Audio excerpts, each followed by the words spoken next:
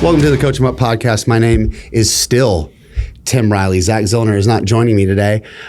Real quick, for those of you who have been around, in fact, let me say this first. This episode marks something very special. This episode marks our 2-year anniversary. Big deal. Very exciting. I realized it late last night as I was preparing for our guest.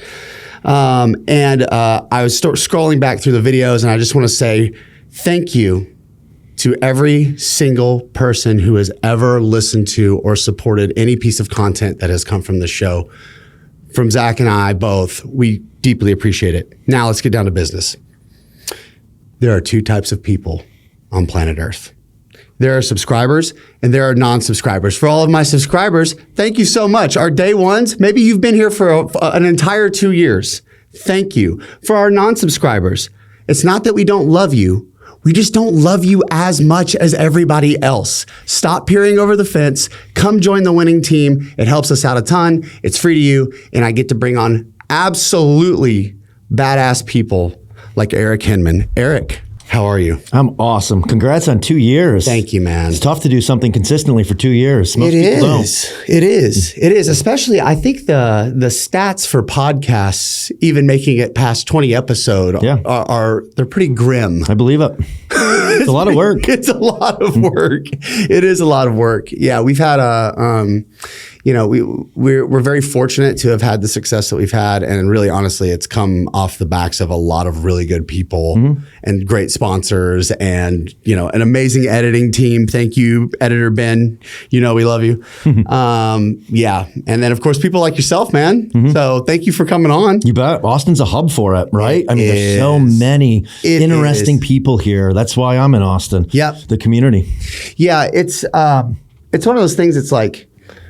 So I have successfully gotten about 4 or 5 people to move here now at this point. Yeah. I'm just in the performance space, and it feels good. Yeah. And for me, you and I share this, by the way, where I've always had a knack for bringing the people that I love together, people that maybe otherwise wouldn't normally mix or end up eventually meeting each other. I enjoy that. And honestly, selfishly, because I just want the people that I enjoy in my life to be near me, and to be around me. 100%. But man, what a wonderful asset it's been. Not only in just being able to be the conduit for which other people get an opportunity to meet, and then new relationships begin, or whatever comes out, but just having the people that I enjoy, in proximity, just makes life better. It does. I can't agree more. That's exactly what our house was designed to do here, was to bring people I enjoy being around together. Man, so for those of you who don't follow Eric, and I'm going to have him just get into his backstory here shortly, but Eric has built this, hybrid habitat here in Austin, Texas. And it's incredible, man. It's really, it's a special place, and the entire house is built around this center focal piece where people can come and enjoy community. And, absolutely, I went there and I absolutely melted myself in his sauna, jumping back and forth between that and the cold tub and the pool. Man, it's a special thing you've built. Thank you. I like that name, hybrid habitat. Hey, let's trademark that. Okay. Let's get that into motion. All right, Eric. So I know who you are. I've had the pleasure of hanging out with you and spending some time with you. For those of our listeners who do not know who you are, who is Eric Hinman? How'd you get your start? Give us your whole background, and then how'd you end up here with me today? Yeah, I'm 45, so I've written a number of chapters in life at this point. Most pretty good, fortunately. But I grew up in a really small town, Pulaski, New York, in upstate New York. I grew up salmon fishing, snowmobiling. I played sports. I played basketball. I ran cross country. I ran track. I played Little League. I played Senior League. Sports were my favorite thing in the world. I wanted to be Michael Jordan. Same. I'm an 80s baby, so he was my hero. Sticking my tongue out on the basketball court, trying to fade away on every shot. Every biography from 3rd grade through high school was on Michael Jordan. Yep. Yeah. And And then I went to college at SUNY Geneseo, studied business management, got heavy into partying then, which I think is where I got some of my skills today for hosting people. My bench press, which you'll appreciate and your fans will probably appreciate as well, I got up to 355 pounds. Let's go, for dude. 2 or 3 reps. So oh my God. I still have a pretty good bench press because that's basically all I did in college. When I got to college, my freshman year, I benched every single day that I went to the gym, which is probably 4 to 5 days per week. I didn't know you had to do other body parts. That's what I did in high school. And I met this guy, Ian, who told me you should be doing like bis and tris and shoulders and bis and tris and shoulders and chest, never legs, never deadlift, never functional lifts. So I started working out with him, and then I started doing kind of a bodybuilder split without doing legs or cardio. So chest day, back day, right? Exactly. Push pull, chest day, back day, chest day, back day. Just keep going back and forth. And then graduated school, started a property and casualty insurance agency. My father was the CEO of a small insurance carrier in upstate New York, and he gave me a great opportunity. He gave me a small salary and a company car and just set me off on my own. And I literally was knocking on doors. And after about a year and a half, it clicked for me. I realized that I needed to specialize in a certain market and become the thought leader in that market. So I specialized in campgrounds and marinas. And once I did that, lots of business started to come my way. I became known as the guy who insures campgrounds and marinas. So that was my first identity out of college, was the insurance guy who had fancy suits and was driving a nice car because I was hustling. I was driving 50,000 miles a year, but I had absolutely no education around a healthy diet, around proper training, exercise science. And I got pretty out of shape in my late 20s. By 27, 28 years old, I was about 205 pounds, 20% body fat. And I often post those pictures of myself in my late 20s compared to how I look now in my 40s. So people can see it was a journey. I didn't always look the way I look now. So in my late 20s, found myself out of shape and was kind of disappointed in myself. I was partying like a rock star Thursday, Friday, Saturday night, and I was eating McDonald's for breakfast, Subway for lunch, and as much pasta as I could possibly fit down my throat for dinner. And I hired a personal trainer. I committed to a 6-month plan, 5 days a week, 6:30 a.m. training sessions. And man, I dreaded those training sessions for the first month or two. They sucked. He was pushing me. And this was in 2009. So I was doing CrossFit before I knew what CrossFit was. Okay. He had me doing lots of functional lifts, squats, front squats, thrusters, row intervals, track intervals, and my heart rate was elevated. I was lifting moderately heavy weight. He was like, Eric's like, yeah, dude, I thought we were going to bench a little bit. Yeah. I was like, I thought we don't bench every day. What am I paying for? I don't like this. This sucks. I'm on my back after the workout. Yeah. But I got back into, decently aesthetic looking shape through that time period. Started to see my abs again. I was getting body fat analysis done, and I went from 20 down to 16%, down to 14%, down to 12%. And I'm like, this is cool. I can see the progress. And I stuck with it long enough to see that progress. And around that same time period, CrossFit gym opened in the neighborhood that I was living in called CrossFit Salt City CrossFit. So I joined that gym. I was their founding member, essentially. One of my other buddies joined with me, and we started taking CrossFit class. And I'm like, this is a whole nother level of intensity. Competitive fitness. Yep, competitive fitness. I'm like, I get to throw down with the people around me, and we're all just laying on our back afterwards. Yeah. So we did Fran and Barbara and all of the named workouts, and I just got really addicted to it. It was so much fun because it reminded me of team sports. Yes. It was like, playing basketball with my friends again, or being on the football team and just throwing down with your friends. So, and I really enjoyed the camaraderie. Everyone overcoming this obstacle together, fist bumping afterwards, and you leave with this massive endorphin rush. And then also during that time period, I started to associate exercise with how I was feeling. I always thought exercise was to perform in sport or for an aesthetic. I never correlated it to mental clarity, energy, emotional well-being. But I recognized, especially after those high intensity workouts, I felt like I was king of the mountain the rest of the day. I was so energized. I had so much mental clarity, and I got addicted to that. I'm like, I can't go a day without doing this. It feels so amazing. During that same time period, I met some friends who had these really fancy bikes with 4 handlebars. And I was like, what the hell is that bike? And they're like, it's a triathlon bike, a TT bike. I'm like, what do you have it for? And they explained what a half Ironman is. A 1.2 mile swim, a 56 mile bike, and a 13.1 mile run. And I'm like, you do that in a day? And they're like, yeah, people do it in like 4 or 5 hours. I was amazed. So I joined a gym that had a pool. I started swimming. I had already started running again, and I bought a fancy triathlon bike. Yep. Then I started doing these triathlons every Wednesday night with the CNY Triathlon Club. And it reminded me again of CrossFit. It was just like that community atmosphere, everyone supporting each other. You know, it was new to me, but I was excelling at a rapid pace because I had the fitness from these CrossFit type workouts. I picked up biking really quick. Swimming was frustrating, but I just spent hours and hours studying swim techniques, swimming in the pool until I could finally somewhat float. I got the breathing technique down. And then I signed up for my first triathlon, almost drowned in the swim. I had to side stroke and backstroke my way through it. Oh my God. But I passed a ton of people on the bike and I passed people on the run. And I'm like, this is like an arcade game. It's so much fun out here racing people. And then after doing a few sprint triathlons and Olympic distance triathlons, I was like, I'm going to try this half Ironman. So I signed up for Eagleman 70.3 in Cambridge, Maryland in 2011. And I had this lofty goal of qualifying for Kona, which is the World Championships of Ironman at the 70.3. Back then, you could qualify at select 70.3s. And I think they had maybe like 2 spots per age group. It wasn't very many. So I was going to have to go really fast. I thought I could get it. It was a massive ego check. Swam horrible. I never got good at swimming in triathlon just because it's such a skill-based activity.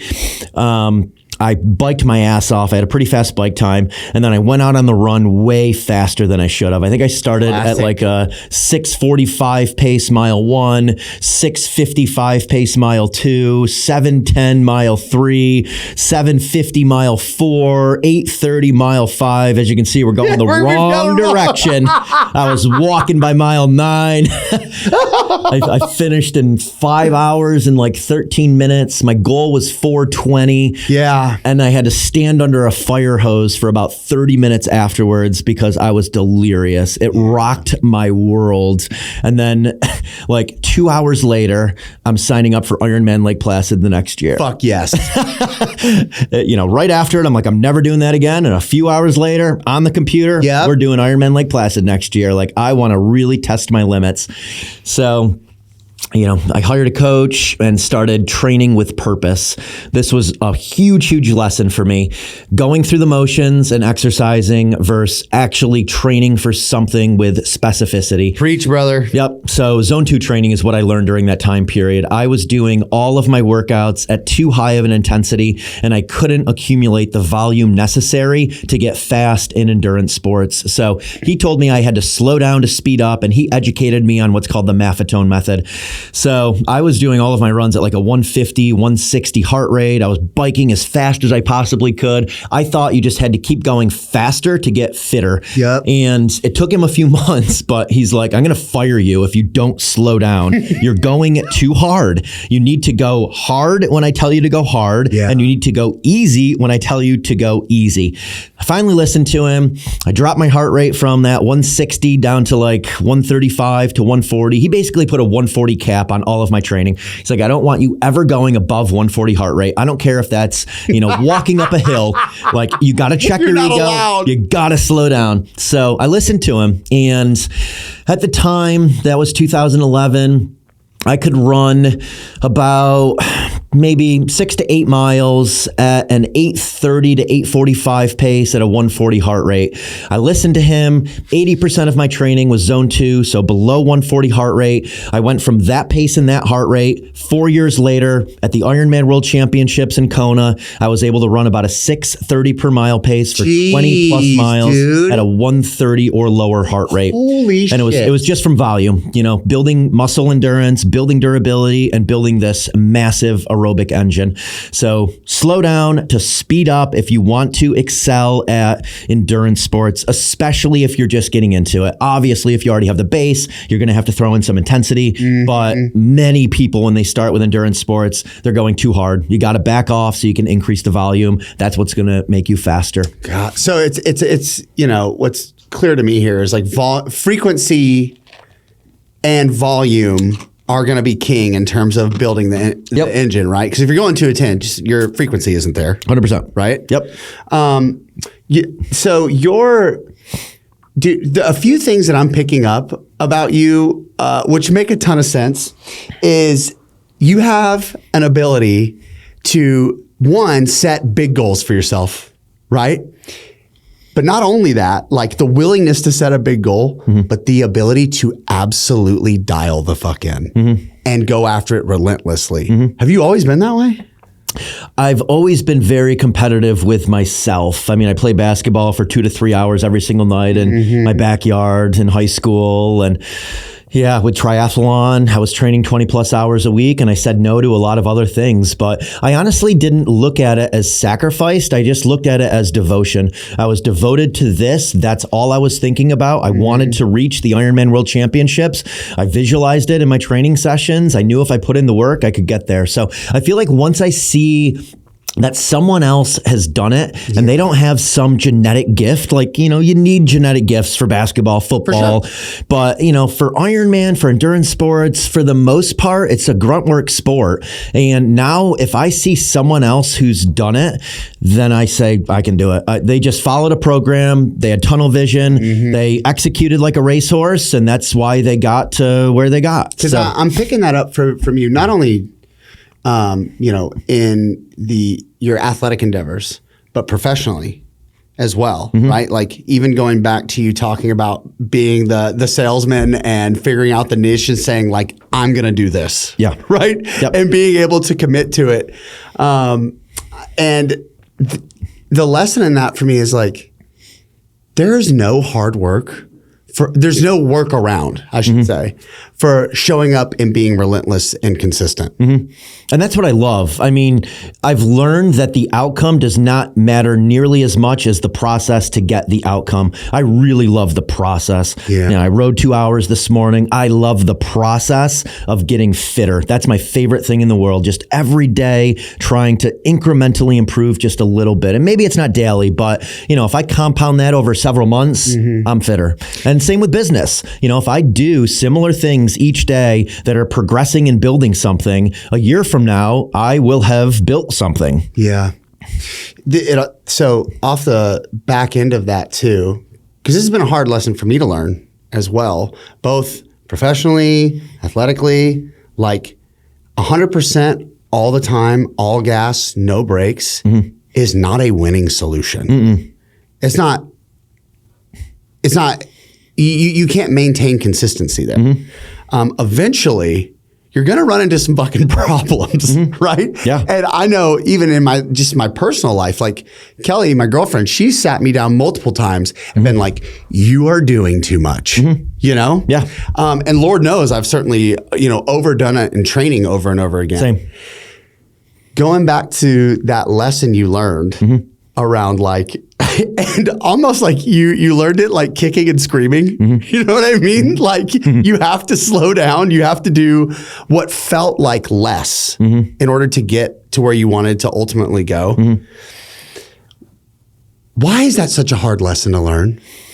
Well, I think as a type A personality, you just want to keep pushing harder and harder. That's what you think improvement is pushing harder and harder instead of doing a similar thing each day that will eventually get you further. Yeah. That was the big lesson I learned. It wasn't go faster every single workout. It was go similar speed repetitively, and then you're going to get faster.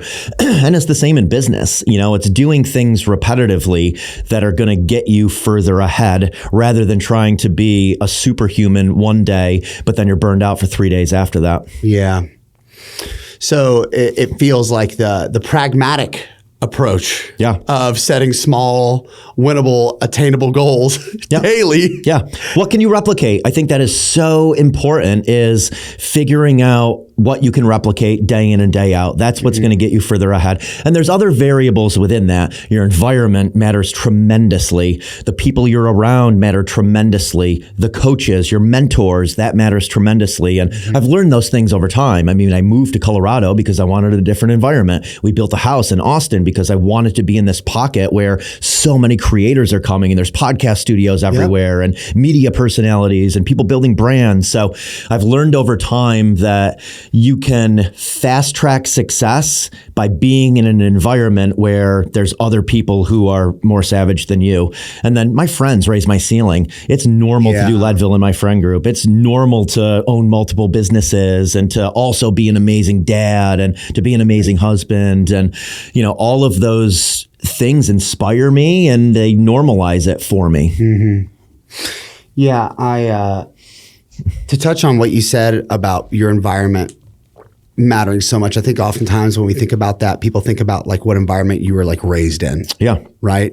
Or, on the other end, people think about like, in like a brick and mortar business, location, right? Yeah. But I think it's easy to overlook how important it is, like, quite literally, the city you live in fucking matters, particularly massively. If it's not aligning, or on the other end, if it is aligning with what your professional ambitions are. Yep. And one of the, linchpin moments in my life, me and my ex co-parent my daughter together. We had split up a short while after her first birthday. Mm-hmm. And at the time I'm living in Houston, and I've scratched out a living for myself. Mm-hmm. I've been sober for like a year and a half at this point. I've got a job and it has insurance. Big deal. Mm-hmm. I got a baby here. Mm-hmm. And I've started a personal training business for myself. And I started off by going to every single apartment complex in that county and meeting with the property manager and offering to do a free consultation for all of the residents at the apartment complex, right? Mm-hmm. And after every single one I did, I would land like one client. Mm-hmm. But I looked up over about a 6-month period and I had a full client roster. Yep. And then I was doing that. And so I'm raising my daughter. And so I'm running around like a madman with my hair on fire, and I'm barely making ends, and I do mean barely making ends meet. Mm-hmm. And she comes to me and she's like, "Hey, I've got an opportunity to go to the University of Texas, Austin, if I get into the neuroscience program. Mm-hmm. If I get in, are you willing for all of us to move up there?" And my initial gut reaction was like, no way. Mm-hmm. I've finally got it figured out here. I've made it. Mm-hmm. Really, at that time, I was like, this is the pinnacle. Sure. And I remember spending time in prayer and, leaning on other people for direction and wisdom. And it became very clear to me that anything that was going to be better for Adeline's mother, mm-hmm. my daughter, was going to be the best thing for all of us, mm-hmm. particularly my daughter, right? Mm-hmm. And I want my daughter to grow up being able to watch her mother pursue her dreams and do something incredibly aspirational and difficult. Mm-hmm. She wanted to be a brain surgeon. Mm-hmm. I mean, my God, who am I to stand in her way, Mm-hmm. And so finally I say, all right, you apply and get in. And if you do, we'll all move. Well, I think she pulled a fast one on me. I'm pretty sure she had already applied and gotten in, because about a week later, she said, I got in. Classes start in 3 weeks. I'm so grateful for that, too, because moving here, and then I move here, I start completely over, dude. I have nothing. I moved in with a friend of a friend, no job. I take this management job at Lifetime because I just needed a job. Being here, without being in this place, nothing I've been able to accomplish is possible. Yep. Nothing. Yep. Nothing. And I'll finish this rant with this. I've not met anyone who has a reasonable amount of success, however you deem that, without directly being helped by other people. Like self-made does not exist unless you're a total sociopath. I mean, in my experience, and truly being here and being with and around other people who are aligned and driven and ambitious and excited, it's revolutionized my life. Yep. As a person and as a professional. Yep. Yeah. I look at life as making sure you're in places where chance encounters with the right people can happen. I mean, that's so much of us attracting people to come over and do contrast therapy at our house. Yeah. I have so many chance encounters with interesting people that cool things come from that. I learn, I'm able to, build a team. I have people that, are introducing me to other people because of that. You could have opened your gym or done the Apex Games in Watertown, New York, and it wouldn't be nearly the success it is as doing it in Austin, Texas. Totally spot on. So the environment is such an important piece to the luck of success. Someone I had on recently said their definition of purpose is where what makes you happy is in alignment with what helps other people. Yeah. I thought that was so incredible. Yeah. So succinct. I was like, oh my God. Yep. That's what I'm out here doing, man. Yeah. I'm doing it. Yeah. What a blessing. What a beautiful thing. Yeah. The Coach 'em Up podcast has partnered with Eleiko. Let's go. Not only is Eleiko found in 85% of Power 5 schools, but they also offer at-home solutions from racks, flooring, rigs, barbells, bumper plates, your favorite accessories like straps and weightlifting belts, you name it, Eleiko's got you covered. Go to eleiko.com/coachemup and get access to the same equipment that they're using in the best facilities with the best athletes on the planet. This episode is brought to you by friend of the show, David Gray of David Gray Rehab, creator of the absolute game-changing foot, ankle, and Achilles program. To date, it's helped over 8,000 people, including Zach and myself, get back to running, jumping, and playing pain-free. This program isn't just for athletes, it's also been used by coaches and physios in the NFL, NBA, and Premier League, as well as every other major sport. And if that wasn't impressive enough, you can get the full program 15% off lifetime access when you click the link in the show notes and use code TIM at checkout. Now, back to the show. Something else I've recognized about you is that you're naturally curious. You genuinely want to learn more about other people. Yeah. And I think oftentimes, and I'm bringing this into a conversation about networking. It feels oftentimes that people approach it in this way where it is like they're looking to see what they can get out of a potential relationship. Instead of operating from this place of genuine curiosity and wanting to learn more around people's story and who they are and what drives them. And then on the other end, the service side is like, what can I bring to the table? Like how can I provide value? 100%. When it comes to networking, because you're one of the best I've ever met, frankly, and you do it it's entirely authentic to who you are. What does networking mean to you? What does that look like, right? And then how can people learn to do that in an authentic way that isn't exhausting? Yeah. So it's very intentional for me the way I do it. I know that I will be most intentional with others in a sauna. I very rarely invite new people to come and work out with me, new people to bike with me, new people to run with me, because my number one priority with those things is for me to get a good workout in doing them. And that's my solitude. That's when I'm not with people. That's when I'm not bombarded with messages, is in doing that. I've tried it before. I recognized that I was not intentional with the people that I was conversing with while doing those activities. But in the sauna, I'm going to sauna anyway. I enjoy doing it with other people. And there's this thing about the heat where you become vulnerable really quick with each other. It's true. Well, people have their walls, whether they know they exist or not. Yeah. And the sauna breaks it down. Man, Listen, when you're in there fighting for your fucking life, you don't have time to worry about that stuff, dude. Yep. So I recognize that. I recognize that I want to do this. I feel good doing it. Yeah. It breaks down walls really quick. And my intention is to connect with people. And I love learning from people. I don't watch the news. I don't really tune into much. I don't watch sports. Yep. What I tune into is conversation with others. I really enjoy learning from other people, especially people who are passionate about whatever it is. I don't care if it's basket weaving. Tell me all about it. If you're passionate about it, I'm interested in learning more. I've had all sorts of walks of life come in sauna with me, and I really do enjoy those conversations I have with those people. And I also enjoy giving. I do enjoy sharing value with others, and I enjoy leaving people with a memorable experience. Yeah. So I recognize that with the sauna and the contrast therapy as well, that everyone leaves feeling better. And I get so many messages afterwards. Thank you so much for inviting me. I felt so good after that. I met Wendy and Emily and Bobby and Jerry, and they were awesome. Like, we're going on a bike ride next week. I get such a high from that. Dude. I get such a high from that. It's the best. It really is. I love that. So that's networking for me. It's being intentional, picking a time when you can be intentional in meeting people, and doing it in a way that is organic, and people remember you most based on how you make them feel. So that's one of the reasons why I enjoy doing it in that setting. Yeah. I also completely relate to what you said about, because I take training very seriously. And it is for me also that time where it's like, I get to dial in, right? And I can like exercise some laser focus on what I'm trying to accomplish.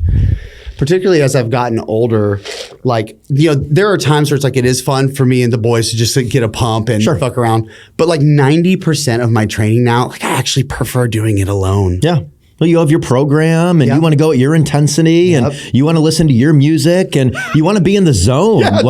Flow state is so important to train at a high level. And, you know, if you're conversing with someone and you're thinking and it's disrupting you from your flow of the workout, you can't get into flow state with the workout. I think that's why I've fallen in love.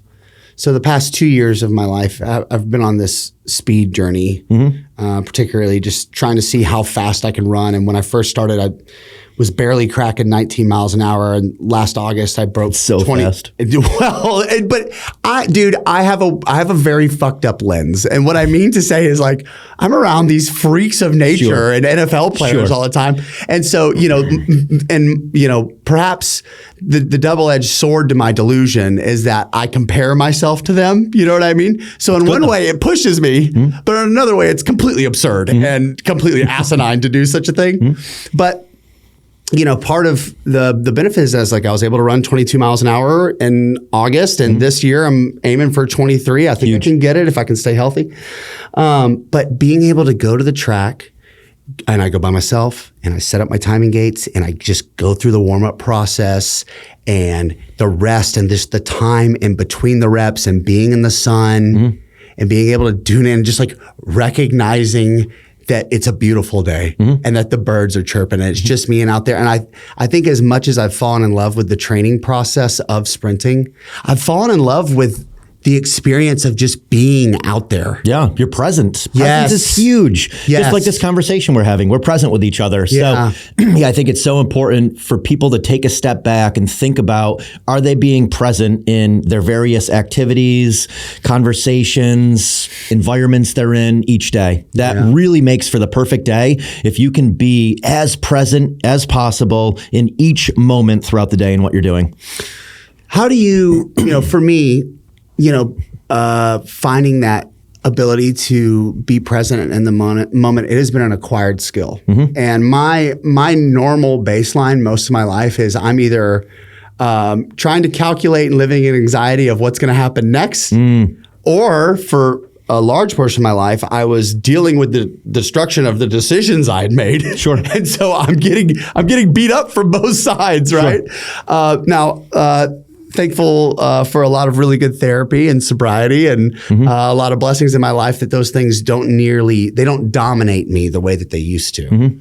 How have you been able to prioritize that and assimilate that that presence in your own life? Structure, time blocking. I just do similar things each day at similar times, and I do them in an order where I function best. I very rarely miss a morning workout. I would not do this podcast at 7 a.m. I would say, let's do it at 11 a.m. I want to hit a morning workout first because I know I'm going to be so much sharper, and I want to get that in. Yeah, that's important to me to get that morning workout in, so it sets the rest of my day up to be successful. I very rarely travel early in the morning. I generally try to get that morning workout in before traveling so I can check that off the list and I feel good the rest of the day. I line up my calls during a block, usually from 10:30 until 1:30 p.m. after the morning workout when my mind is going to be the sharpest. Everything is just blocked off. The contrast therapy, if anyone has messaged me before listening to this, I say 5 p.m. Happens every single night at 5 p.m. on the dot.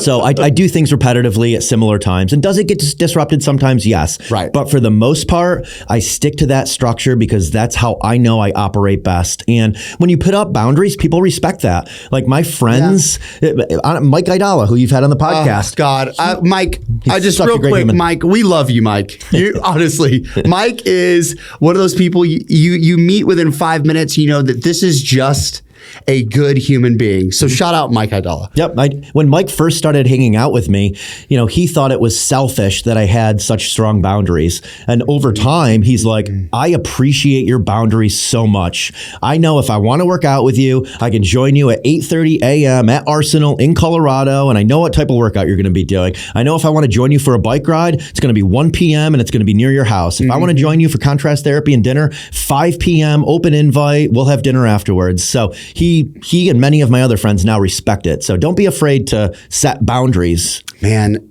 look, again, shout out therapy, because boundaries did not exist for me growing up or most of my life. Yeah. In fact, a boundary felt offensive because it was so foreign to me. Mm-hmm.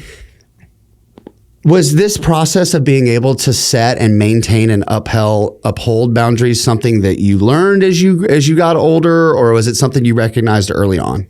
I had to do it because I enjoy juggling a lot of balls at once and I enjoy creating new things, but I also enjoy progressing in things. Yeah. So when I was competing in triathlon, I had a software company, I had my insurance business, I opened a gym, and I opened some restaurants. Eric.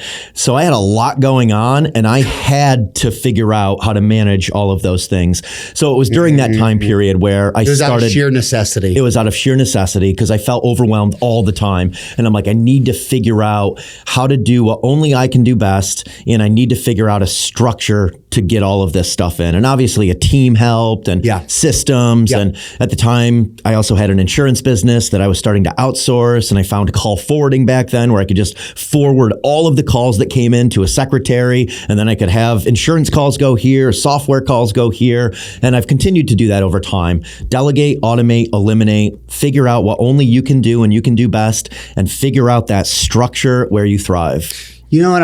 I'm having a realizing as you speak that there's a trap that I've kind of repetitively fallen into is, I have the logical knowledge of knowing that structure is vital. Mm-hmm. But then I have the sensation that doing more and breaking those boundaries, even with myself, like the illusion that by compromising those, I'm going to be able to get more done than if I were to just stay in those lanes. Mm-hmm. That has been a continual lesson I've had to learn. It's hard. It is hard. Because for so long, just outworking, or just doing more worked. Mm-hmm. And then at some point, and I don't know when, but like as I've said yes to more things and I've been placed in a position where I'm frankly managing more, it's an inverse. Mm-hmm. It completely flips. It does, yeah, because if you wear too many hats, you don't wear any hat well. Preach. You need to really... That's the fucking truth, man. Yeah. Yeah. I get six shitty hats. Yeah, I have 6 shitty hats, and I don't wear any of them well. And I mean, I have juggled multiple businesses and multiple things at once, but I think it's important to know when you're doing each of those and to focus on that during that time period. Yeah. And, I've had business partners and teams with businesses, and obviously all of that helps so much because you can only do so much. Yeah. Something I really wanted to bring up for you today is this nebulous word. Maybe you've heard of it before, called a brand. Mm-hmm. I love brand. Now, you're the brand man, okay? Mm-hmm. That is what you fucking do. Mm-hmm. You build brands, baby. Mm-hmm. Before I ask you any hyper-specific brand questions, Eric Hinman, can you give me your definition of what a brand is? Yeah, it's what people see you as, what you exude. It's wanting to be a part of something, Nike, Apple. It's singularity in messaging, singularity in visuals, aesthetics. But it's you think of a coherent thing with brand. It's clear. It's clear, exactly. And it's very hard to be so singular. And I'm decent at it. I would say others are better at it than me, but I can recognize a good brand and I recognize how to build a good brand. It's tough when you have ADD like me to be incredible at building a singular brand. You're in the right room. I mean, I struggle with this often because I've gone through various chapters of life. I've been known as different things over the years publicly, and I can go a million different ways when I post something on social media. I can go the business route. I can go the brand building route. I can go the recovery route. I can go the athlete route. I can go the community route. My brand is kind of a lifestyle, and that makes it a little harder when you have lots of pillars. The best brands are known for one thing and one thing that they do really well. Though, when I hear you say that too, first of all, you're spot on.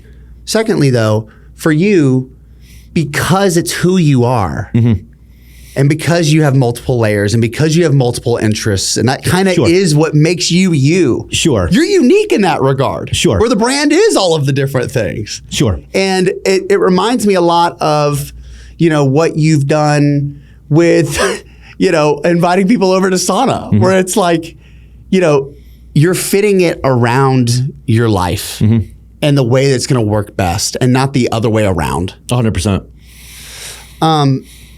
A lot of people listening to the show are young coaches, trainers, entrepreneurs, people in the fitness space that want to grow and they want to build something, and they're trying to tackle the monster of building their own brand. Can you tell me a little bit around what your thought processes were and what it was like building the brand of Eric Hinman? Well, it wasn't intentional, especially early on. It was not intentional. It was just sharing my training when I was competing in Iron Man. It was sharing the bike, the helmet, the cool shoes, all of the cool stuff I had at the time. And then when I moved to Colorado, it was very much just showcasing this interesting lifestyle. I had a lot of freedom in 2017 when I first moved to Colorado, and I was just adventuring. I was playing every day. I was going rock climbing and mountain biking and doing CrossFit workouts at various gyms and hiking mountains. So, my brand then was just this free-spirited adventurer. And then over these last 4 or 5 years, I think it's become more about my journey, where I was in my 20s, where I am now in my 40s, and really trying to share what I learned over that time period that got me from there to where I am now. So I would say that's a lot of what I'm known for now, and what my brand probably is to many is that journey that I've had to, still be in really good shape in my 40s, and also to be loving life. I live my life on my terms, and I've designed my life around the things I'm really passionate about, which is laying on my back after workouts most days. But to the people listening, I would say, you want to be known for something. So get so good at a skill, like you're fast. I'm sure many people follow you because they want to know how you got fast and powerful, how you've built businesses around that. And you need to be a thought leader. You need to provide value or evoke some kind of emotion, whether it's humor, inspiration. The better you are at storytelling, the better you're going to be as a content creator. because now so much of it is about hooking people and then retention. How can you get people really interested in what you're doing, what you're saying, and then why are they going to listen all the way through? Why are they going to scroll through that entire carousel post? So develop a skill, become a thought leader in a space. I think it's best to start very niche in something to be known as, the guy that runs 23 miles per hour, and your whole page is about how you were able to get to being able to run 23 miles per hour, coaching people on that, inspiring people to get faster. And then it's retention. It's really understanding how to retain attention. And that is just as difficult as building the brand. For sure. Because it's getting loud out there. I mean, there's a lot of good content creators out there, and now these algorithms favor content over accolades. Yep. God, yeah, it's so true. You mentioned something that, you feel as though you're better at identifying the greatness in other brands. Like you have a knack for being able to detect it early on. Yeah.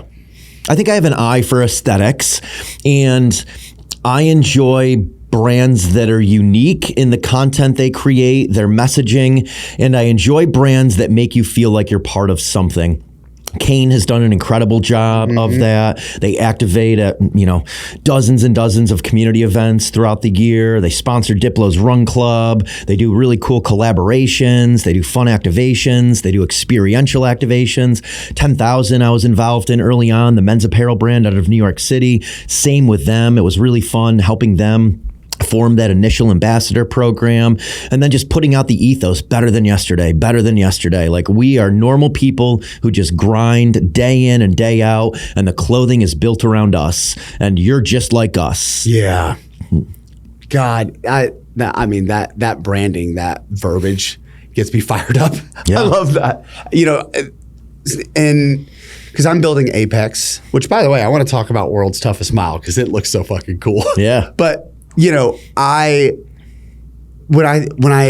embarking on that, like, it started off as just like, I talked about it on this podcast. I was like, I have an idea. And me and my buddy just kind of talked about it. And I had like a working name, and here's the events. That podcast dropped like a week before the Coach 'em Up conference here in Austin, Texas. Every other person that signed up for the conference, they were like, when is it? I was like, oh shit. Got to do it. I have to do it now.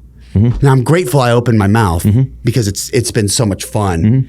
But this is, I've built my own brand. I've built this podcast, but now with Apex, like, creating an event is such a different, I mean, the principles are the same, right?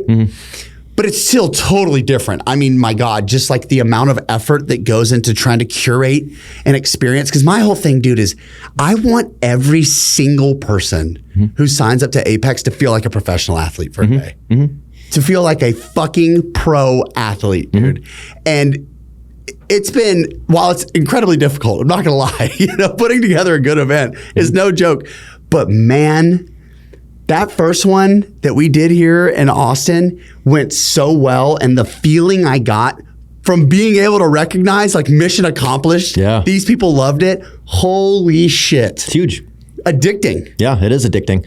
Yeah, I mean, that's why I opened a gym. That's why I opened restaurants. I loved people coming in and them leaving with this memorable feeling, and events do that. I do it on a micro level every single night at the house. And you're right, throwing a larger event is a lot of work. Dude. We're going through it right now with our event being a month out. And I've done the World's Toughest Mile, many times as part of our founders only events or just as brand activations. But when you actually throw it as a timed event with a leaderboard and vendors and the equipment that needs to be brought out there and a registration tent and signage, and it's a lot. There's a lot of moving parts that all need to go right in a 4-hour time period.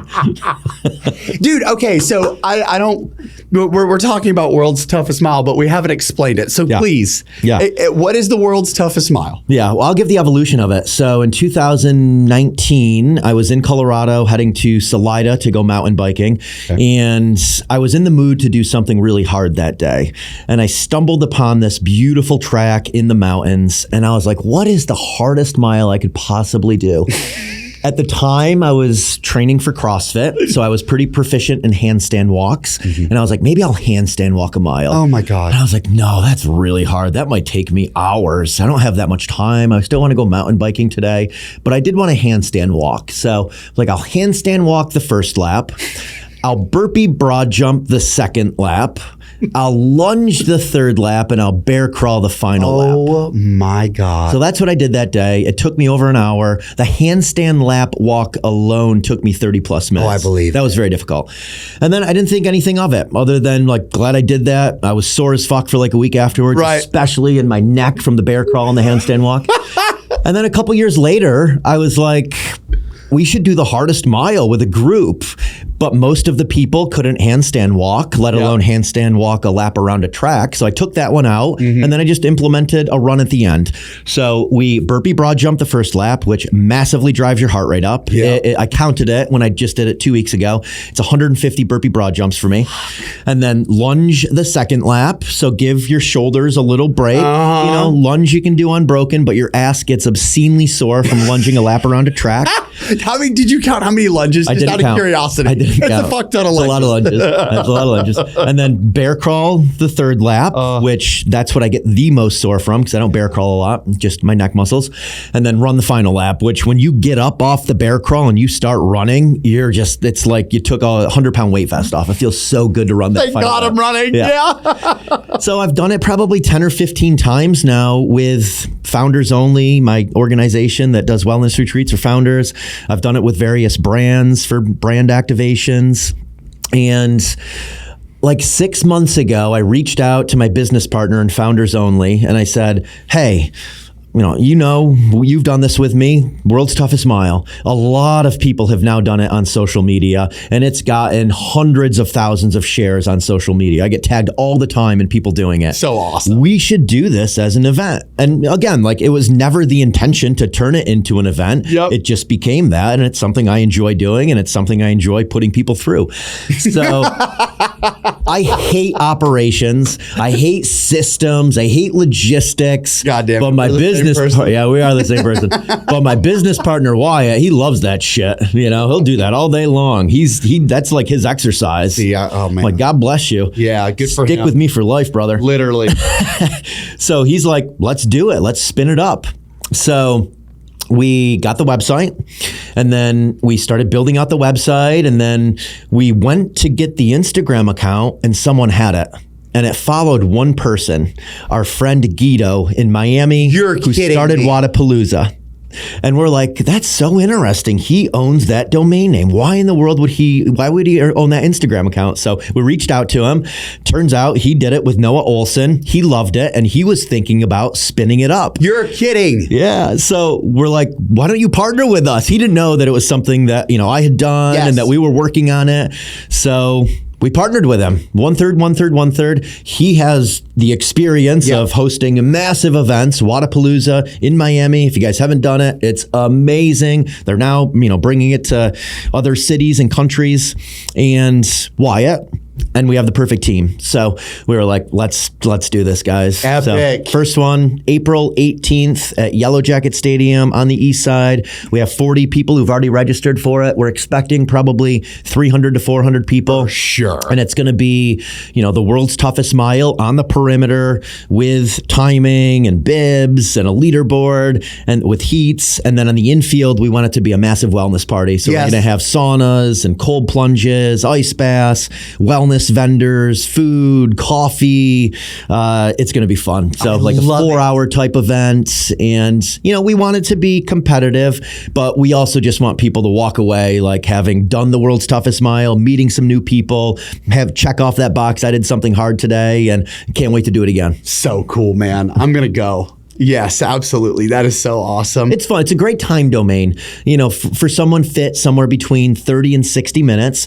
But when you're doing that burpee broad jump lap first, you're just like, God, what did I sign up for? And then when you get done, you're like, God, these lunges aren't all that bad. And then you get to the bear crawl and you're like, what did I sign up for?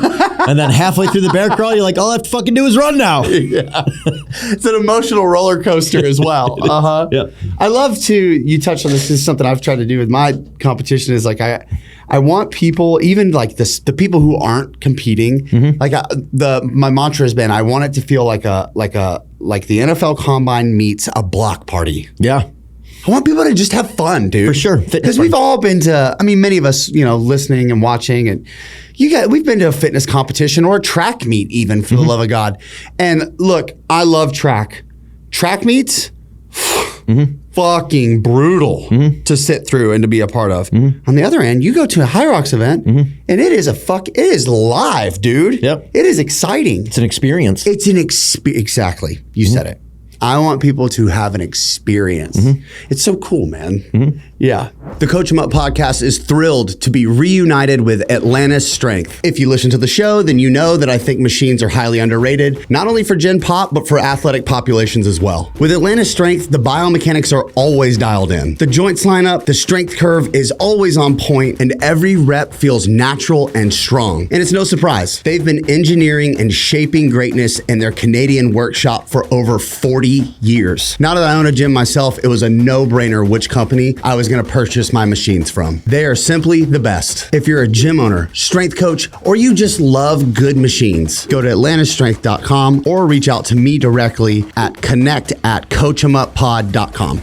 The Coach 'em Up podcast has partnered with OVR. In the world of athletic performance testing, OVR has truly changed the game. From their timing gates, vertical jump testing units, and their velocity-based tracking systems, they are simple, easy to use, reliable, precise, and check this out, affordable. I'm such a big believer in OVR. I've partnered with them in my competition Apex, and they are the official timing gate system of the Fast 40 event. Finally, a tracking device company that is accessible to everyone. They even have an app where you can track, log, and see your results in real time. If you're not testing, then you're just guessing. Click the link in the show notes and gamify your training.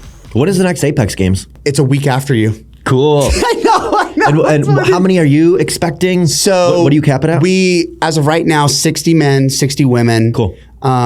We put the registration up. The men's sold out in under 2 hours. Amazing. I couldn't fucking believe it. That's incredible. We've got like an 80-person wait list on the men's side. The women, I'm not closing it, damn it. We have 60 spots. And now, to the women's credit, in the first weekend, 43 spots sold out. And then we're sitting around 16 or 15 or something like that now. As much as possible, I want to make it equal, 3 heats and 3 heats. And I thought about even like last minute, like, okay, like if we can't get those last 15 spots, do we open it up? I probably am not going to for this first one, so no one get your hopes up. But we've got, Apex ATX, and this one, like, dude, I'm very fortunate to have aligned with a business partner that has a development team. And so we're going to have like live scoring updates going up on the screen. And no, not rep. Rad. Yeah. So dude, I'm so stoked on it. But we're looking at Chicago, San Diego, Point Loma, gorgeous. And then finishing the year in Miami. Cool. We'll see. Great cities to do it in. Yes. And it's so necessary. You have kind of the endurance hybrid piece covered with High Rocks. You have the skill-based, fitness covered with CrossFit. You've got Ironmans and the ultra running, but there really isn't that thing for the power athlete. Yep. So I think it's so cool what you're doing. Thank you, man. I appreciate it. I'm excited. I'm glad all my listeners bullied me into doing my first one. And I mean, the first one is always the hardest because you just don't know if it's going to be well received. Like, are people going to show up to this? Literally. Scary. I mean, for me, too, it was like, I'm so grateful for that experience, and I don't know if it weren't for me trying things and them failing previously to like, that's happened to me enough times where it's like, it's not that scary anymore. I mean, still, of course, it's there. But I'm grateful for all the failures that preceded that because I was like, you know what, if it doesn't work out, no big deal. We swung at something big. And then, it fucking went really well, Yeah. you know? Yeah. So without taking that swing, you know, there's not even a 2026 season, Yeah. you know? Yeah, just incredible. You know, you mentioned founders only. For those who are unaware, what is founders only? So everything I've done has just culminated from what I enjoy doing in life. And that's what Founders Only is. I enjoy hosting people to do contrast therapy. I enjoy putting people through brutal workouts. I enjoy founders of companies. I enjoy entrepreneurship. I enjoy branding. So 3 years ago, I invited by text message 15 friends who are in the wellness space, who are the founders of wellness brands, to come to our house in Colorado for a couple days to hike some mountains, to do contrast therapy, to barbecue at the house. And it went so well. And I recognized after everyone left how important curating a group of people doing similar things in an environment where their endorphins are racing is for everyone. Each person messaged me after that and they were like, I didn't know how much I needed that. Like, I have not been interacting with my peers. As a founder of a company that is just grinding. So easy to do that. Yeah, you're just not reaching out to people who are doing similar things. Yep. So that's what Founders Only blossomed from, was that curation of 15 friends coming to our house. And now we get upwards of 50 founders that attend each of them. We do 4 a year, 2 in Austin, 2 in Denver. And I try to keep them as grassroots as possible, like the barbecue at our house. We do the workouts at friends' gyms. We hike mountains that I hike every day. You know, we trail run trails that I run every day. Like, I really want it to be, I enjoy showing people the magical things that I get to do each day and the things I love doing each day. And now we have about 5 to 6 hours of speakers, workshops.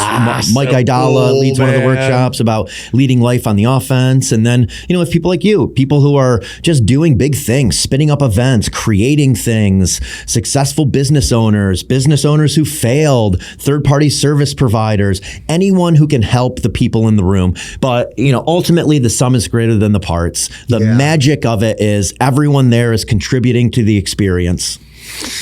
Now, is this an invite-only thing? Can people sign up or join? How does this look? Yep, foundersonlyclub.com, and founders, entrepreneurs, investors, creators, those are the type of people that we really enjoy putting on these wellness retreats for. I'm making because anytime I speak things in a public setting, I fucking get them done. So I'm committing to you. I love it. Right now, on air, I'm going to make one of your Austin Founders Only. You'll love it. We'll have you as a speaker at the November one. Oh, that's very kind.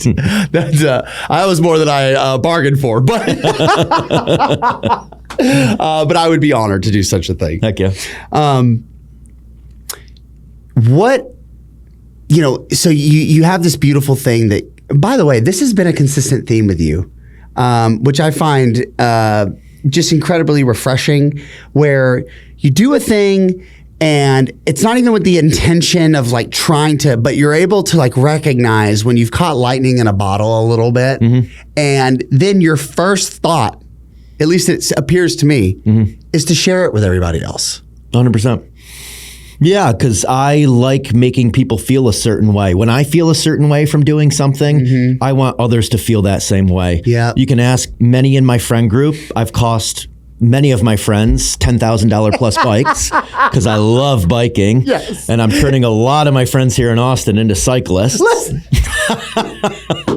A lot of my friends have S-Works bikes in Colorado now. You and I are so alike. I'm the best bad influence for all of my friends. If I'm excited about something or if I'm passionate about it, I'm going to get everyone. I am. You yell about it from the rooftops. I do, man. Whether it's like a new restaurant I've found or like a new athletic endeavor, whatever it is, I'm going to bring some people along, dude. Yep. It's going to happen. Yep. So it's just sharing my passions, and you know, I do that well because I'm really passionate about the things I do. How many of these events have you done now? The Founders Onlys? Yeah. 3 years ago, we started it. On average, have done 4 a year, so probably on the 12th one. Wow.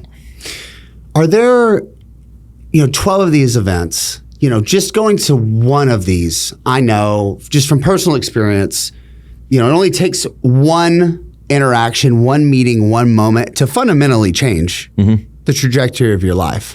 having facilitated 12 of these, are there like, what are like the major takeaways that you, or has there been anything that you've learned that you wouldn't have learned outside of that group?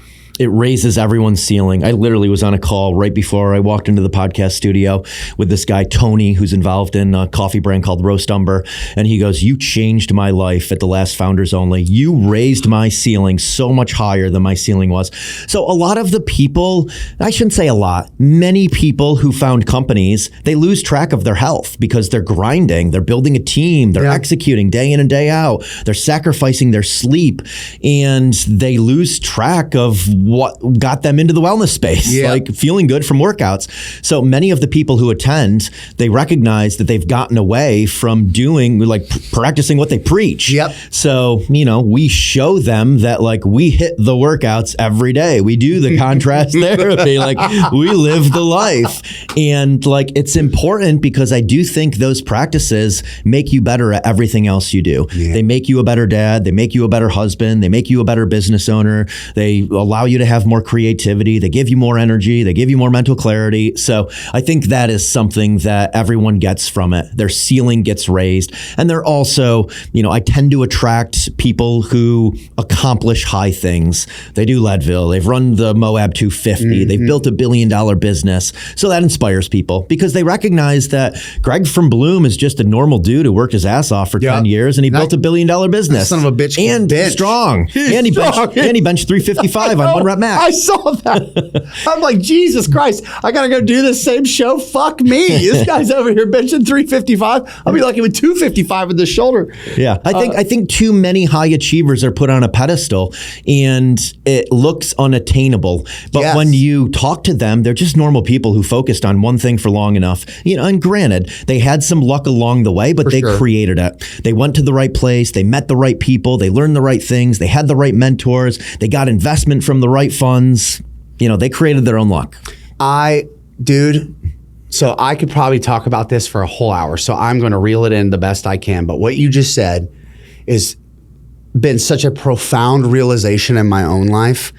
When I made the switch from the corporate fitness space, managing the training department at the Lifetime here at the Arboretum in Austin, to jumping on board to a startup and collective, being in that environment where it was quite literally curated for professional athletes and entrepreneurs. That was the mission at the beginning.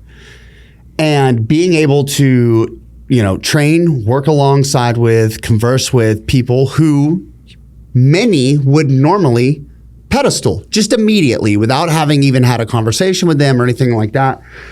I'm grateful. I think I had a bit of an inside track because, you know, frankly, like I've been through a lot in life, and so I've seen that it doesn't matter what you got or what you don't or your perceived success. Life can humble anybody really quickly. So I had that with me already, but being able to spend time with and around people day in and day out, it was just like this ultimate confirmation of what I had been suspicious of. I was like, there's no difference. There's no difference between this guy is a billionaire. He's just a fucking guy. He's just a guy. But he was delusional enough to believe he could accomplish something. He consistently went after it, had a little bit of luck, a help from a friend or two, consistently put himself in positions to be successful. And look at him, you know? And I think there can be a couple ways of looking at that. And I think the cynic just says, hey, he just got lucky. It's like, well, that rarely exists too. Agree. Where it's just pure luck. Agree. I don't. That's almost as rare as being entirely quote unquote self-made. Agree. Yeah, it's just being very intentional with your decisions each day, and that compounds over time. And I think another takeaway for me too is like I don't even necessarily I don't have to like a song to appreciate a song. I don't have to enjoy being around a particular person who has had success to recognize the things that they've done where they've been able to set themselves apart. And I think also having that, you know, as a part of like a natural skill set for me, I'm able to separate and identify the behaviors, the ideas, the principles, the underlying themes. But yeah, I mean, being in that environment, it was a game changer for me because I realized, oh, I'm not there's these people, no one is better than me and I'm not better than anybody. No one's inherently more talented than me. And some people are, but it's setting that level. And you know what? You talked about this earlier in the podcast, man. You said that when you recognize in someone who's accomplished something great and it's not some genetic thing, you're able to say to yourself, I can fucking do that. It was the same thing for me there professionally. Yep. Yeah, they raised your ceiling. They did, man. They really did. Yeah. Eric, I'm excited to get into some Q&A. Are you ready? I'm ready. All right. Let's see what the internet has for Eric Hinman. All right. By the way, these are all over the board, okay? I do not read these really beforehand. I glance at them to make sure they're just not terrible. Otherwise, I'll just ditch the segment. So shout out everyone on Instagram for making sure this segment exists today. All right, KM_strength would like to know, how do you fit cycling at a high level into your overall training split? Yeah. Cycling is probably my favorite thing I do. And I cycle basically every other day in what I'll call the off season. The off season for me would be the 9 months outside of doing Leadville. Leadville is a race I enjoy doing every year, and I will ramp up my cycling to get a fast time at Leadville. So in June, I'll go above and beyond with cycling. But this time of year, I'm usually cycling 6 to 8 hours per week. Okay. I'm usually doing about 2 to 2.5 hours whenever I go. I rarely go less. I rarely go more. And it has been an incredible tool to maintain my aerobic engine for high rocks without having to run super high volume, because there's a lot of muscle endurance you get from cycling. The cell doesn't know it doesn't care what you're doing, whether it's a CrossFit workout, it's a run, it's a bike ride. For mitochondrial health and oxygen efficiency, it doesn't matter. So if I'm cycling, swimming, rowing, skiing, obviously there is some specificity in there that you want for the sport that you're competing in. But from a cellular standpoint, it doesn't care. So I use cycling for my aerobic conditioning. That's how I fit it in. That's how I think of it for CrossFit, high rocks. It just is my favorite form to get in that high volume of zone 2 training, to be able to rip a fast time in a high rocks workout, to do moderately well at CrossFit workouts. And also, I feel like it keeps me in the game for doing an Iron Man, for doing a half Ironman, for doing an ultra marathon, for doing rim to rim to rim in the Grand Canyon. And I can do it repetitively. It doesn't beat my body up nearly as much as running does. Yeah, it's a lower impact, but it's just it's like a lot of return on investment, not a lot of downsides there. Correct. That's the way I look at it. And I enjoy it. Like, I love the progress associated with looking at that Strava map, riding 42 miles, getting some segment, hopefully top 10s. I get an incredible sense of accomplishment from a long bike ride. So that is one of the main reasons why I enjoy doing it. And then mountain biking specifically, which is mainly what I do when I go back to Colorado, I love skill-based activities, because the more you do it, the better you get at it. And my fitness might not even be improving, but I'm improving in the skill of mountain biking, just like Olympic lifting. Someone could have a 600-pound deadlift, but I could snatch more than them because I have the skill associated with snatching and the mobility associated with snatching. So I enjoy skill-based activities where you can continually get better at it. And I also enjoy being outside. I do all of my riding outside in nature. So nice. And Austin's such a great fucking city. It is. It's great for cycling. It is. It's kind of blown me away how awesome it is for road cycling. And, if you get outside of the city, there is some gravel riding. Yeah. You know what? You mentioned high rocks, and I forgot to even mention this, but it just dawned on me. You've got a pretty lofty high rocks goal you're working towards right now, right? I do. What is it? Remind me. I can't recall precisely what it is. Yeah. So championships, I would like to win my age group, which That's what it is, 45 to 49 in Sweden this year. Right now I have the 5th fastest time in the world ever recorded in that age group. And I think I can go sub 60 again at the championship. So that's my goal. And I think if I go sub 60, fuck, there. dude. Yeah. But so again, I'm not outcome based. Like, number one priority, way way above, winning my age group podium, whatever. It's just doing what I love every single day. Yeah. And if I was real serious about that, I probably would run more, but I love biking. I don't want to give up biking. And by biking, it still allows me to be very competitive in high rocks. But my number one priority is do something I enjoy every single day. Good for you. God, that's awesome. Okay. This is, now I'm not going to get this name correctly, so I'm just going to try my best. At Sam Boyan, there's no way that's right. Do you prioritize anything specifically to avoid injuries when training strength and endurance? I mean, I do contrast therapy every single night and have since 2017. I think that's kept me relatively injury-free. It reduces inflammation. I am moving a lot. I don't sit often unless I'm sitting in a sauna, sitting on a podcast. I'm generally, on my phone doing things. I don't sit at a computer very often. I eat a fairly healthy diet. I treat sleep like a job. I try to get at least 8 hours of sleep every night. That's going to be your number one recovery tool. And I do things repetitively. Like I don't play basketball. I very rarely would play pickleball. I don't go skiing. I don't do things that I don't do often because I like maintaining a high level of skill in the things I'm doing. I do believe that helps prevent injury. And then I also rotate through things enough that I rarely get overuse injuries. Like I generally run every other day. Very rarely am I running back-to-back days because I like giving myself at least one day to recover from each run I do. Oftentimes I go back and forth, run, bike, run, just bike. Say run, bike, yeah, run, bike. In the gym 4 to 5 days a week. 2 of those days I might be doing higher intensity. The other days are lower intensity.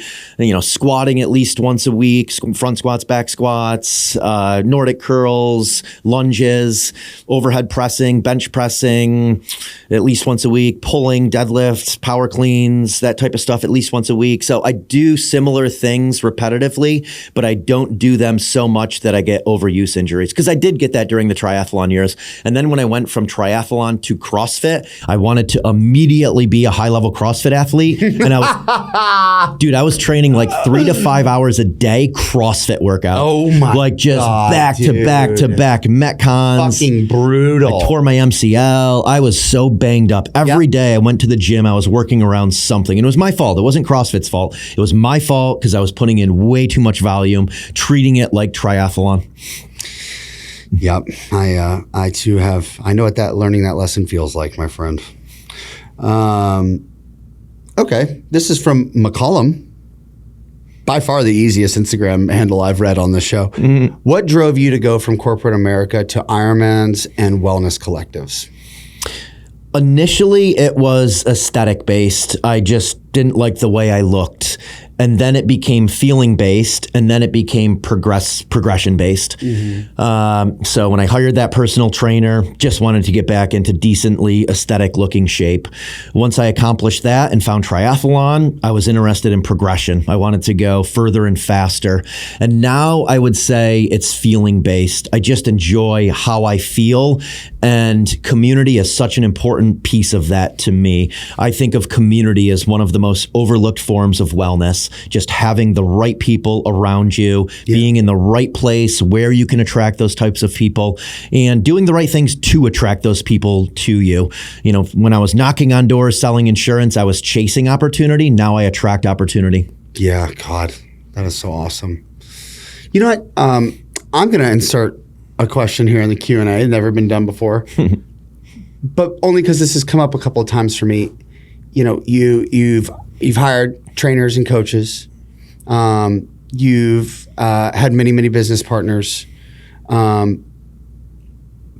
me a little bit about what you want. This is two-part. One, do you believe in the power of mentorship? 2, why? Yeah, I mean, mentorship is the only way to fast track success. Finding someone who's gotten where you want to go and learning from them. I mean, it's literally the only way to fast track it. So that's why I love mentors, and also why I mentor. I mean, I have University of Texas kids over to the house all the time. I learn from them. They teach me about AI, and I teach them about how I've gotten where I've gotten. So it's so important. And don't be afraid to reach out. Don't be afraid to DM me. Don't be afraid to DM you. If we don't reply, keep trying. Be thoughtful with your messaging. Offer something. Offer, that you want to help me with some AI tools and you'd love to pick my brain on some stuff. So if someone sends me a thoughtful message, most of the time I reply to them, come over, 5 p.m. sauna. So I enjoy mentoring just as much as I enjoy getting mentoring because it improved my life so much by having mentors. Yeah, I asked that question selfishly because I had a notion you were going to feel that way because I'm very biased. That's my view. I mean, I'm not here today without people being willing. One, me saying, "Hey, I don't know everything. I know that you do. Would you be willing to show me how you do that thing? I'll do whatever." Can't be afraid to ask. Yep. And meet them where they're at, people message me now like, hey, I'd love to be in the mix for a 5 p.m. sauna session. Again, I'm going to do it anyways. I'm going to have people over anyways. Right. So, meet me where I'm at. Yeah. Zach Zillner, everyone, put something in the question box, and I think it's worth reading. Okay. Zach_Zillner. Doing all the cool episodes without me. Unreal. Let him know I want to go on a bike ride when I'm back. So that's Zach formally asking to go on a bike ride when he gets back in town. Okay. This is from beef.nug. Do RHO Nutrition Subs actually work or is it just snake oil? Yeah, I think they work. They have glutathione, NAD, creatine, so many supplements. It's about... What is an RHO supplement? RHO Nutrition. They're liposomal supplements. Okay. So liposomal allows for the body to absorb the nutrients better. Got it. Many supplements, myself included, I may not feel something, but if I'm deficient in something from blood work, then I'll take it. Right. If I read enough studies about it, I'll take it. Yep. But they're icing on the cake. Is it going to improve your life more than getting in daily exercise, getting in good sleep, eating single ingredient food sourced from nature, having great relationships, being in a community that you enjoy being in, have a great relationship? All of those things are way above supplements. Do those first. Supplements are icing on the cake. So do they work? Yes. But are they something that are going to massively improve your life if you're not doing the other things right? No. Yeah, that's really good advice, by the way.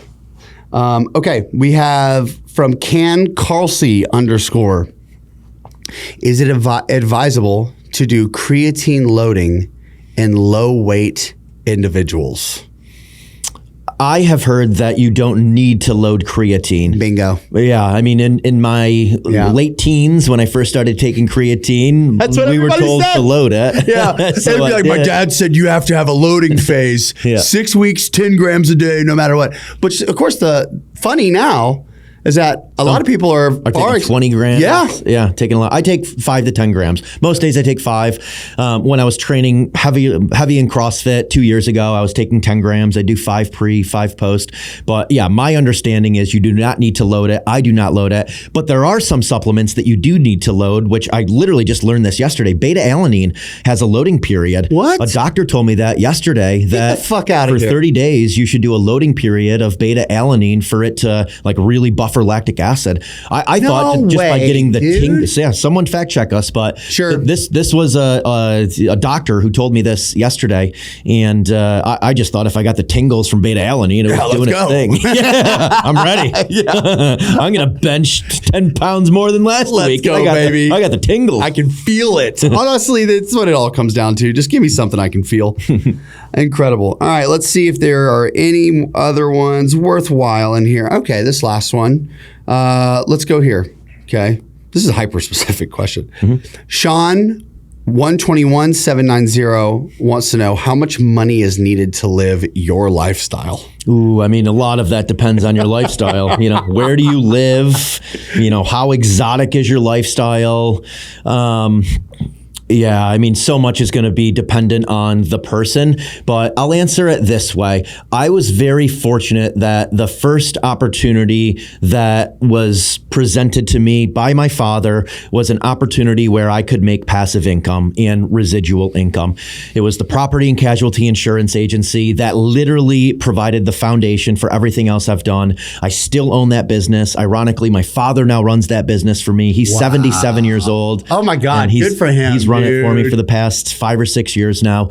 But, I picked this opportunity where I sell the policy, I make commission, I make that same commission every single year thereafter without having to do nearly as much work as selling the policy. So, I always tell young people who are just getting into their first business, pick opportunities where you can build an asset, where you can build passive income, you save more money than you think you should early on, buy a 4-family house, live in one of those rooms, rent the other 3 out, invest money in stocks and bonds and mutual funds, invest in real estate. I spent too much money in my 20s. I wish I saved more because now I see the compounding nature of that. But I am so grateful that I created that passive income opportunity for myself, because for the last 15 years, I'm not involved in that business. And, I get a check from it every single month. God, that's awesome. Good for you. Okay. That is all for Q&A, which brings us to the end of the show with segments. So, Eric, this first segment is called 3 Things. It is brought to you by Atlantis Strength. I love Atlantis Strength so much. I've got over 21 pieces of their equipment going into my new gym. If you want to learn more about Atlantis Strength, reach out to me directly. Okay. Eric, 3 things. Let me frame it like this. There's someone out there who is on the precipice of being a founder themselves. Mm-hmm. What are 3 attitudes, ideas, philosophies, principles? 3 things that someone should prioritize to help them take whatever it is that they're trying to grow, this mustard seed, and turn it into a mountain. Find people who've gotten where you want to go. So if you know someone who's done something similar, reach out to them, ask them for help in doing it. Tell people that you're doing it, get feedback. I think too many people, they keep it to themselves because they think someone else is going to take it and run with it. Execution is obviously by far the hardest part of any concept. And I would say the third is many of the things I've done, they did not succeed at first. It took a few years for them to really start working. So you need to ride it out for long enough to hit progression. The starting is going to be the hardest part. The initial building is going to be incredibly hard. You need to stick with it long enough to get traction. And I think a lot of people, they spend too much money on marketing early on before they know who their audience is, before they know how to reach their audience, and before they understand the messaging that will convert their audience into a customer. Until you figure out those things, just do guerrilla marketing. Show up at events, get people to try your product or service, spend as little as you can on marketing. Once you've figured out those things, like, oh, this is the audience, this is how I reach them, and this is the messaging around it, then spend money on marketing. Yeah, I've made that mistake before. Me too. Yeah. All right, the next segment. This is Rant and Rave. Okay, so as you look at the wellness space in general, the fitness space in general, give me something that's rant-worthy, something that you're seeing and you don't love it. You'd like to see perhaps a little less of it. And then on the other end, we're going to give you something to rave about. What is a trend, something that you're seeing that you see and you go, man, that is awesome. I'd love to see more of that. Mm-hmm. Okay, rant about, I would say, there's just so many quick fixes out there, whether it's biohacking, supplements. And again, all of these, many of them work, but they are icing on the cake. Yep. And ultimately, like, everyone is trying to make a living. So I understand marketing. Obviously, I'm a marketer, but dial in the basics. Like, yeah. I dialed in exercise. I dialed in sleep. I dialed in, eating a healthy diet. I dialed in recovery protocols. I dialed in my community. I dialed in the environments I thrive in. Like, all of these things are going to yield the biggest result. And there are some things that can help with those, like, sleep supplement. If there's something that helps you sleep better, that's amazing. Yep. If there's something that gives you energy and mental clarity to accomplish more, or to not be afraid to reach out to someone, or, to show up to that event, then by all means do it, as long as there aren't consequences with it. Obviously, drugs and alcohol can help with that, but take there's it some from consequences. Me. That's right. There can be consequences, folks. And, there's a time and a place for that stuff. Sure. But yeah, I would say that would be my rant. And then my rave, sauna. I love sauna. I think it is such an incredible physical benefit you get from it. It's a workout for your blood vessels. There's so many amazing studies on it improving all-cause mortality. And I've had some of the best conversations of my life in a sauna. I've met many of my closest friends in a sauna. It's how I enjoy hosting. It's accessible to anyone in that, if I invite someone over, it's difficult for someone just to jump into a CrossFit workout with me. Yep. But they can jump in a sauna with me and we can hang and, we can get that feeling you get from being in the sauna. So that's what I would rave about is, finding a sauna, and it doesn't have to be your own, finding a gym that has a sauna, because that's how I started with this. I went to Denver Sports Recovery and they had an infrared sauna, they had a hot tub, and they had a cold plunge. This was back in 2017. And I was doing it then for the physical benefits, but I recognized that every day I'm meeting these cool people and I'm having amazing conversations. And that's what it's keeping me to come back more and more. I just love that it's become your primary vessel for interaction and community. It's brilliant. It really is. Okay, so this next segment is actually, I'm going to have to customize this for you because you don't just do one thing. So real quick, this segment is brought to you by David Gray Rehab. Hey, did you know that he has something called the Foot, Ankle, and Achilles program? If you watch this show, I bet you do know that. And I bet you also would know that if you use code TIM, you get 15% off. So click the link in the show notes. Look, I've used it. Zach's used it. If you've ever had an issue with Achilles tendonitis, no fun, okay? It can be preventable. Go ahead, purchase that program, you get lifetime access. Okay, sales pitch out of the way. If you weren't an endurance athlete, a founder, a business owner, and an entrepreneur, okay, I think that probably covers most things.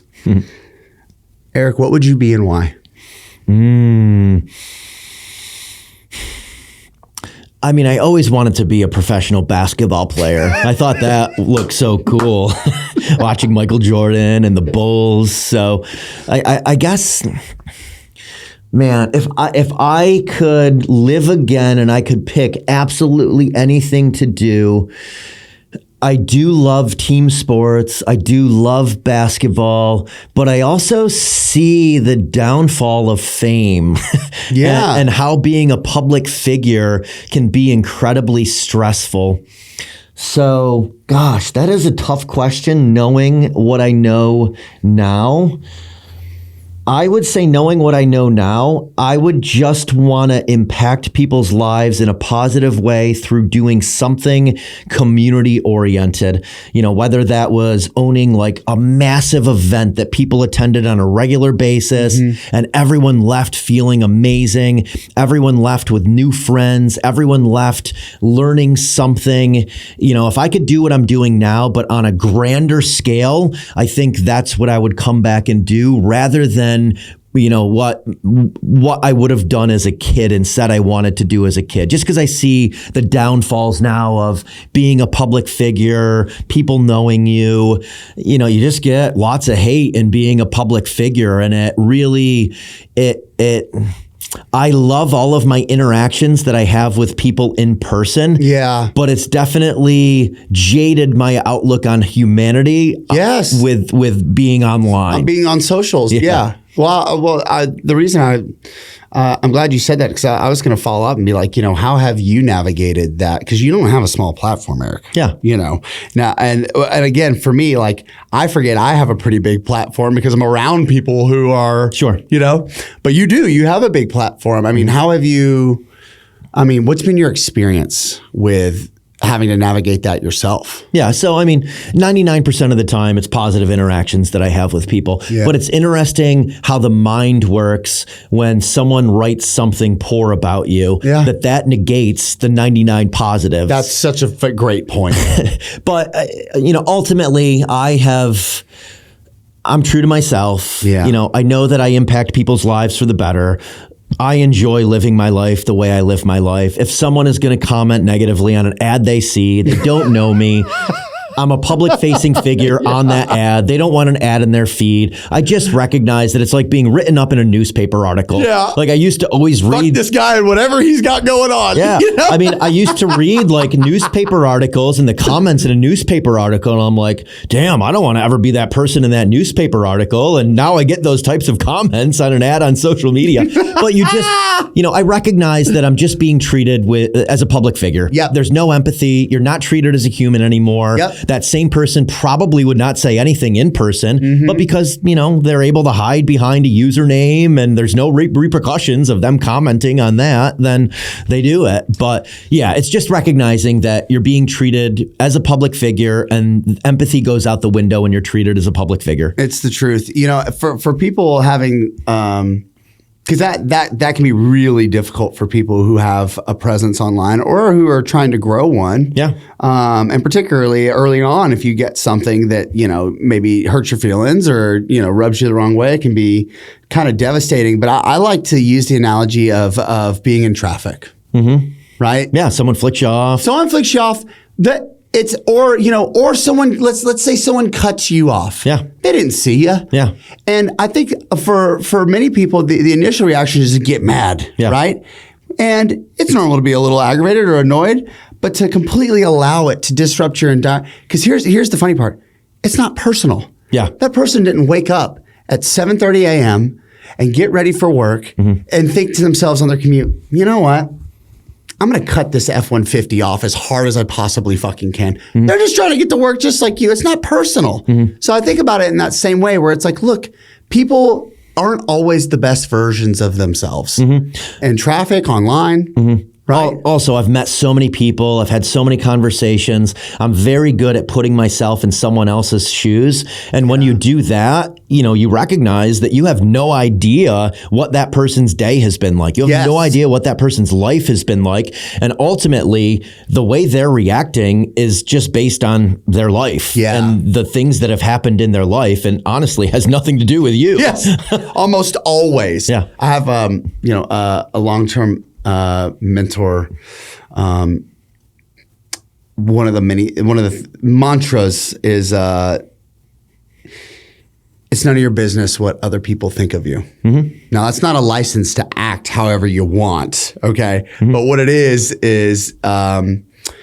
being able to operate with the freedom that if you're showing up, like you said, with integrity in a way that, you're showing up and making an effort to be the kind of person you want to be and be a good person.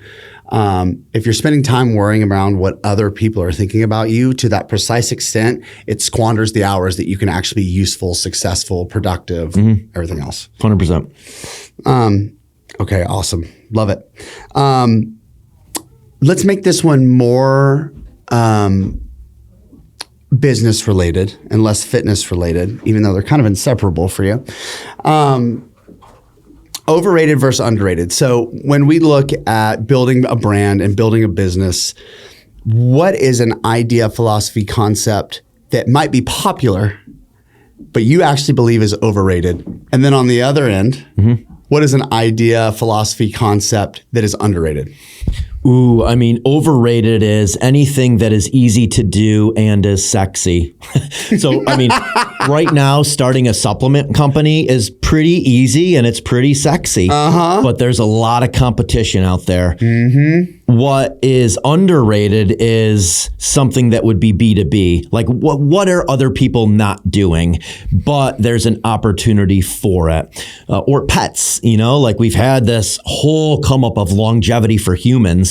What about longevity for pets? Who doesn't love their pet? Who wouldn't want their pet to live I want my 3 cat extra to live years? my whole life. There you go. I mean, there's an opportunity. So like when everyone is going right, like study that. And then you're like, okay, well, what is another market similar that also would need this, but they're not going after it? Yeah. So, I look at B2B opportunities now or other markets like pets where I think that, pets and supplements and things that can help pets improve their lives, that's going to be a massive market. Well, you know what? You've got my wheels turning, Eric, because more and more people are having less and less children.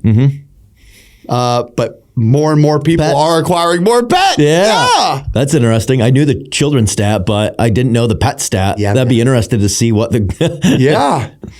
All right. Eric's on the Coach 'em Up podcast, just, starting new businesses for people. No big deal. All right. Eric, last one. This segment is brought to you by Eleiko. I still can't believe Eleiko supports this podcast. We are, to my knowledge, the only business company brand on planet Earth that has a discount code with the company of Eleiko, because they don't need a discount code because they're fucking Eleiko. But if you go to the link in the show notes, click on it, 10% off anything site-wide through that link. Shout out Eleiko. We love you guys. Okay. Eric, this is called solicited advice. So, as you do, one of these days you'll be kind enough to have someone in your space, in your home, and hang out with you in your sauna. And you guys are going to be chit-chatting, getting to know each other. And then, for whatever reason, you're going to do something that's a little out of character for you. You're going to be overwhelmed, convicted, compelled. You have to share some unsolicited advice with this person. And it can be about anything: life, business, fitness. What is that one piece of unsolicited advice you just got to share? Figure out your perfect day, figure out how to replicate it, figure out how to monetize it. I think my life improved massively by figuring out those three things. And much of that came during those years I was competing in Iron Man, where I had a lot of time alone with my heart rate elevated, and I had a lot of mental clarity around how I wanted to shape my life. God, that's really good advice. Folks, you heard it here. Figure out your perfect day. Replicate it and monetize it, baby. Let's freaking go. I love it. Eric, I got to say, I've had an absolute blast hanging out with you, man. Same, dude. Thank you so much for coming on We the got to show. hit a workout here soon. We are absolutely well. You mentioned that. I will be bench pressing. Yeah, 1 rep max. Eric has started. Can you remind me the name of the YouTube series, please? Yeah, 1 rep max. Nice. Yep. Excellent. That's all you need to know. Yep. It tells you everything you need to know. bench press. We're going to be bench pressing, baby. Yes, yes. We're going to harken back to Eric's start in fitness on the bench press. Yep. Yes, incredible. Eric, where can people find you, connect with you, and learn more about you? Yep, just my name on Instagram, Eric Hinman, YouTube, same thing, erichinman.com, and message me on Instagram. I love chatting about wellness, business, community, and I respond to all those messages. Awesome. Eric, thank you so much. Everyone, if you've made it this far, thank you. We're deeply grateful and appreciative. 2 years. Look at us, baby. We did it. Stick around. If you're not a subscriber, please join, and we'll see you next time. Peace.